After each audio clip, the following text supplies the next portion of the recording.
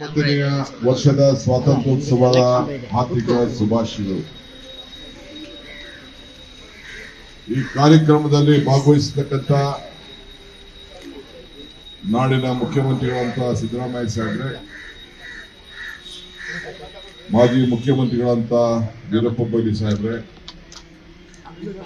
ನಮ್ಮೆಲ್ಲ ಕಾರ್ಯದರ್ಶಿಗಳೇ, ನಮ್ಮ G C Chandrashekhar ಅವರ ಮುಖಂಡತ್ವದಲ್ಲಿ ಮತ್ತು ಎಲ್ಲ ತಾವೆಲ್ಲ ಏನು ಪದಾಧಿಕಾರಿಗಳಿದ್ದೀರಿ, ತಮ್ಮೆಲ್ಲರ ಮುಖಂಡತ್ವದಲ್ಲಿ ನಮ್ಮ ವರ್ಕಿಂಗ್ ಕಮಿಟಿ ಮೆಂಬರ್ ಹರಿಪ್ರಸಾದ್ ಇದ್ದಾರೆ, ಇನ್ನೆಲ್ಲ ಹಿರಿಯ ನಾಯಕರುಗಳು, ಶಾಸಕರು, ಸಹೋದ್ಯೋಗಿಗಳು, ಮುಖ್ಯವಾಗಿ ಸೇವಾದಳದ ಎಲ್ಲ ಪ್ರಮುಖ ಕಾರ್ಯಕರ್ತರು ತಾವೆಲ್ಲ ಕೂಡ ಇದ್ದೀರಿ.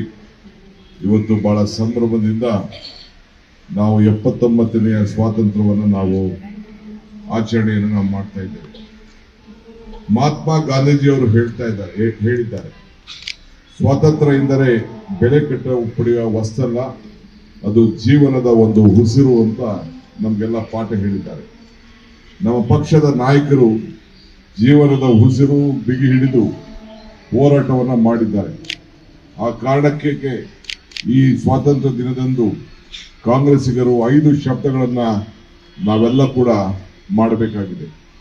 ಪ್ರಜಾಪ್ರಭುತ್ವವನ್ನು ಉಳಿಸುತ್ತೇನೆ, ಸಂವಿಧಾನವನ್ನು ರಕ್ಷಣೆ ಮಾಡುತ್ತೇನೆ, ಈ ದೇಶದ ಚುನಾವಣಾ ವ್ಯವಸ್ಥೆ ಹಾಗೂ ಮತಗಳನ್ನು ನಾನು ಕಾಪಾಡುತ್ತೇನೆ, ತೆರಿಗೆ ಅಸಮಾನ ಹಂಚಿಕೆ ವಿರುದ್ಧ ಹೋರಾಟ ಮಾಡುತ್ತೇನೆ, ದೇಶದಲ್ಲಿ ಸರ್ವಾಧಿಕಾರ ತೊಲಗಿಸಿ ಮತ್ತೆ ಜನಪರ ಸರ್ಕಾರವನ್ನು ಅಧಿಕಾರಕ್ಕೆ ತರುತ್ತೇವೆ ಅನ್ನೋದು ನಮ್ಮೆಲ್ಲರ ಶಬ್ದ ಆಗಿರಬೇಕು.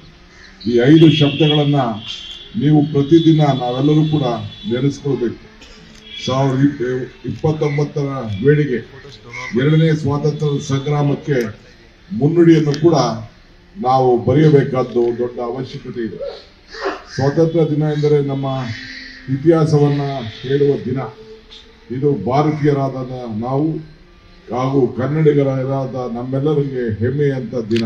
ಏಕೆಂದರೆ ದೇಶದ ಮೊಟ್ಟ ಮೊದಲು ಸ್ವಾತಂತ್ರ್ಯ ಸಂಗ್ರಾಮ ಆಗಿದ್ದು ನಮ್ಮ ಕರ್ನಾಟಕದಲ್ಲಿ. ಶಿವಮೊಗ್ಗ ಜಿಲ್ಲೆಯ ಇಸೂರು ಸ್ವಾತಂತ್ರ್ಯವನ್ನು ಘೋಷಿಸಿದ ದೇಶದ ಮೊದಲ ಗ್ರಾಮ, ಬ್ರಿಟಿಷರನ್ನು ಮೊದಲು ಸೋಲಿಸಿದ ಮಹಿಳೆ ಕಿತ್ತೂರು ರಾಣಿ ಚೆನ್ನಮ್ಮನವರು, ಕಾಂಗ್ರೆಸ್ ಮುಖಂಡ ಹನುಮಂತರಾವ್ ಅವರ ನೇತೃತ್ವದಲ್ಲಿ 1930ರಲ್ಲಿ ಅಂಕೋಲದಲ್ಲಿ ಉಪ್ಪಿನ ಸತ್ಯಾಗ್ರಹ ಕೂಡ ಪ್ರಾರಂಭ ಆಗಿದ್ದನ್ನ ನಾವೆಲ್ಲ ನೆನಪಿಸಿಕೊಳ್ಬೇಕಾಗಿದೆ. ಹೀಗೆ ಸ್ವಾತಂತ್ರ್ಯದ ಹೋರಾಟಕ್ಕೆ ಕರ್ನಾಟಕ ಮತ್ತು ಕನ್ನಡಿಗರ ಜೀವನವನ್ನೇ ಕೊಟ್ಟಿರುವುದು ತಮಗೆಲ್ಲ ಈ ಇತಿಹಾಸಕ್ಕೆ ತಾವೆಲ್ಲ ಮೆಲುಕಾಕಬೇಕಾದ್ದು ನಮ್ಮೆಲ್ಲರ ಕರ್ತವ್ಯ. ಸ್ವಾತಂತ್ರ್ಯದ ಹೋರಾಟದಲ್ಲಿ ಸುಮಾರು 6.5 ಲಕ್ಷ ಜನ ಕಾಂಗ್ರೆಸ್ಸಿಗರು ಪ್ರಾಣವನ್ನ ತ್ಯಾಗ ಮಾಡಿದ್ದಾರೆ.